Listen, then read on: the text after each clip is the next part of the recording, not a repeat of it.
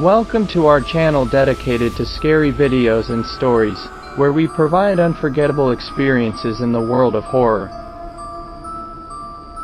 At the time when this happened, about 8 years ago, when I didn't believe in ghosts as much, my family and I were staying at a historic hotel in Winnipeg, Manitoba.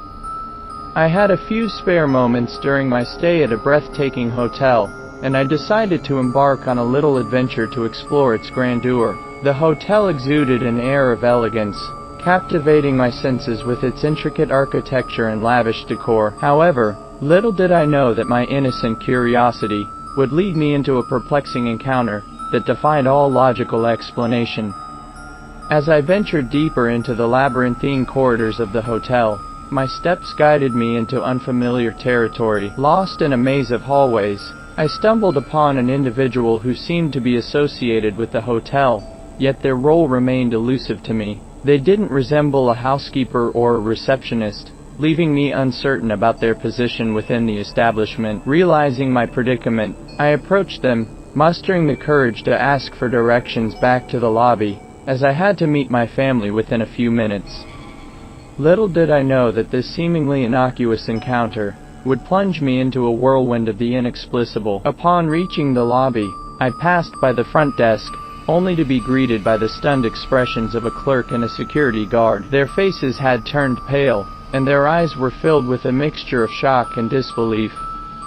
The security guard, his voice trembling slightly, inquired about the person I had conversed with earlier, seeking directions back to the lobby. I recounted my assumption that they were an employee of the hotel. To my astonishment, the guard proceeded to reveal a spine-chilling truth, a truth that would forever alter my perception of the hotel's enigmatic floors.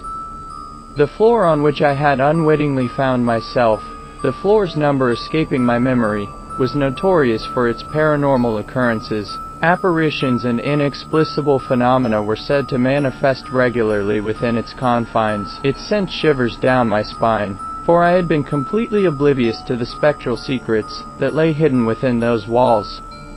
The person with whom I had conversed, the one who had graciously provided me with directions, had never materialized on the hotel's security footage. Despite the fact that they should have been clearly visible, the cameras inexplicably failed to capture their presence. It sent a chill down my spine, for I vividly remembered shaking hands with this enigmatic individual, yet the footage revealed nothing more than me grasping at thin air.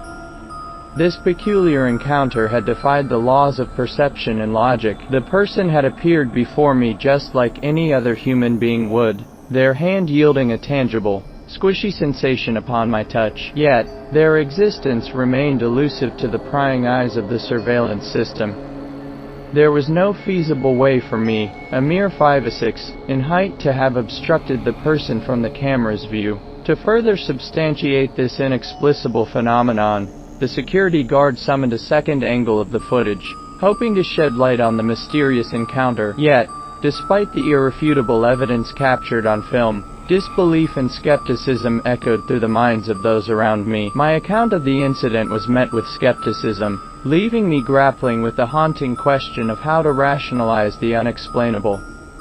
To this day, the enigma of that encounter lingers within me, an unanswered puzzle that defies conventional understanding. The memory serves as a constant reminder that inexplicable forces can intertwine with our everyday lives, shattering the boundaries of what we deem possible. And though others may dismiss my tale as mere fiction, or figments of an overactive imagination, I am left forever perplexed, forever seeking an explanation that may forever elude me.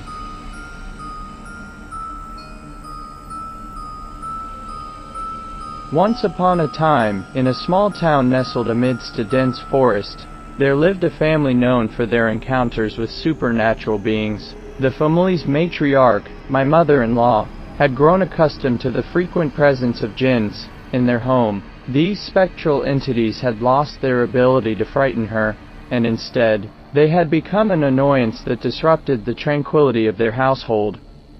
On a particularly chilly evening, as the moon cast an eerie glow through the bedroom window, my mother-in-law found herself in bed, seeking solace and rest. Little did she know that this night would bring forth an encounter that would test her patience and resilience against the ethereal realm. As she lay there, her eyes gazing into the darkness, she noticed a faint movement out of the corner of her vision. Turning her head, she beheld a woman seated in the chair next to her bed. The strange figure possessed long, pointy fingers that seemed to reach out from the shadows, and her face bore sharp angles that sent a shiver down my mother-in-law's spine. Filled with frustration and annoyance towards the jinns that frequently intruded upon their lives, my mother-in-law's weariness reached its peak. In a sudden surge of determination, she extended her hand and firmly grasped the jinn's wrist, refusing to let go. With a resolute voice, she exclaimed, "Get out! I'm tired of you! Get out!"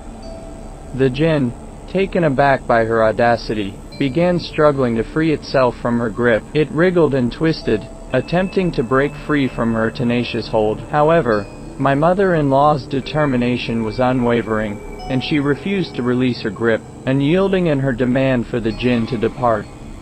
As the confrontation escalated, the jinn's desperation grew. In a final act of defiance, it lunged forward, baring its teeth in an attempt to bite my mother-in-law's hand, hoping to force her to release its wrist. Sensing the impending danger, she swiftly withdrew her hand, narrowly evading the creature's bite. In that fleeting moment, as her hand escaped the jinn's malevolent jaws, a profound realization washed over my mother-in-law. She had triumphed over this supernatural entity, proving that her spirit was unbreakable, and her resolve unyielding.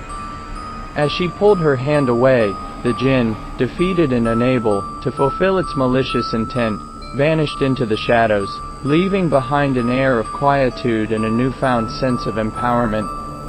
From that night forward, the jinn's presence in their home diminished, as if they had learned to respect the unwavering strength and indomitable spirit of my mother-in-law. This encounter became a testament to the power of human resilience in the face of the supernatural, a story that would be passed down through generations, inspiring others to stand firm against the forces that sought to disrupt their peace.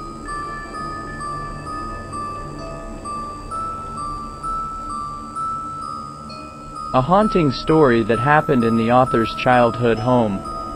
It is a place where supernatural events have always been present.